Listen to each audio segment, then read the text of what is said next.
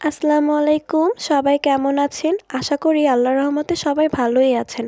আল্লাহর রহমতে আমিও অনেক ভালো আছি। জীবনে তো অনেক সবজিই খেলেন।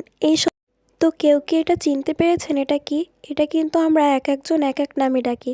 যেমন কেউ ডাকে পুঁইশাকের ফল, কেউ পুঁই ফল, কেউ আবার মেচুরি বলে। যেমন আমরা খুলনার মানুষরা মেচুরি বা পুঁইশাকের ফলটাই বেশি বলি। আজকে এই পুঁইশাকের ফলই রান্না করে আপনাদের দেখাবো।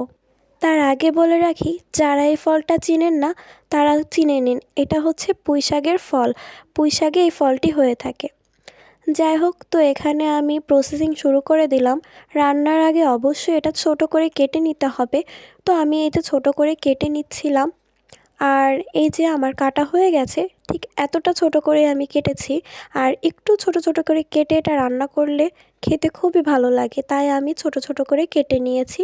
এখন এটাকে সুন্দর করে ধুয়ে পরিষ্কার করে নিতে হবে। তো আমি যাই এখন ধুয়ে সুন্দর করে পরিষ্কার করে নিব। আর হ্যাঁ, এখানে কিন্তু ছোট ছোট লাল বীজও থাকে।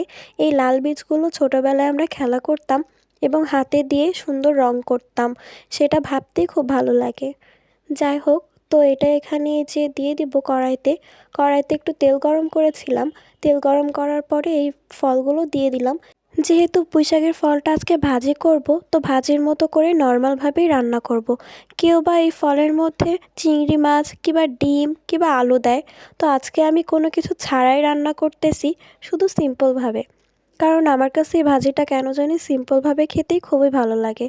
তো এখানে পরিমাণ মতো ঝাল, লবণ সব কিছু দিয়ে দেওয়া হয়ে গেছে। তো এখন আমি সুন্দর করে এটাকে নাড়িয়ে নিব।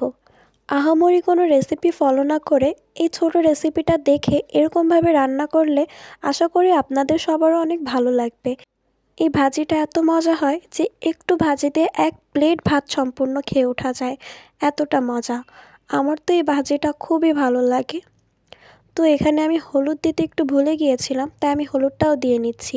আমি আবার বলে রাখি, একদম নর্মালি আলু ভাজি আমরা যেভাবে করি বা এমনি ভাজি যেগুলো হয় আর কি তরকারির, সেগুলো যে ভাজি আমরা যেভাবে করি ঠিক সেই নিয়মেই এই ভাজিটা করে নিব।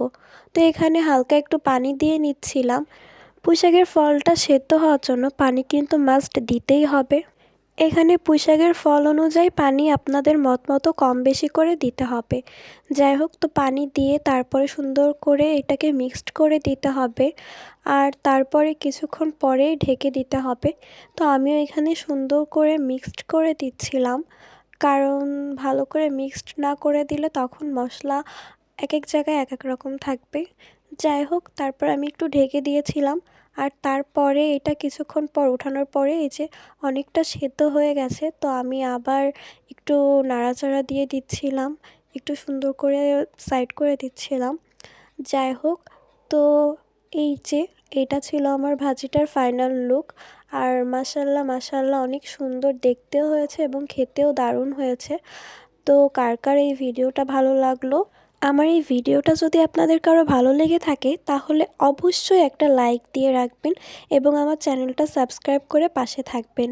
সো আল্লাহ হাফেজ।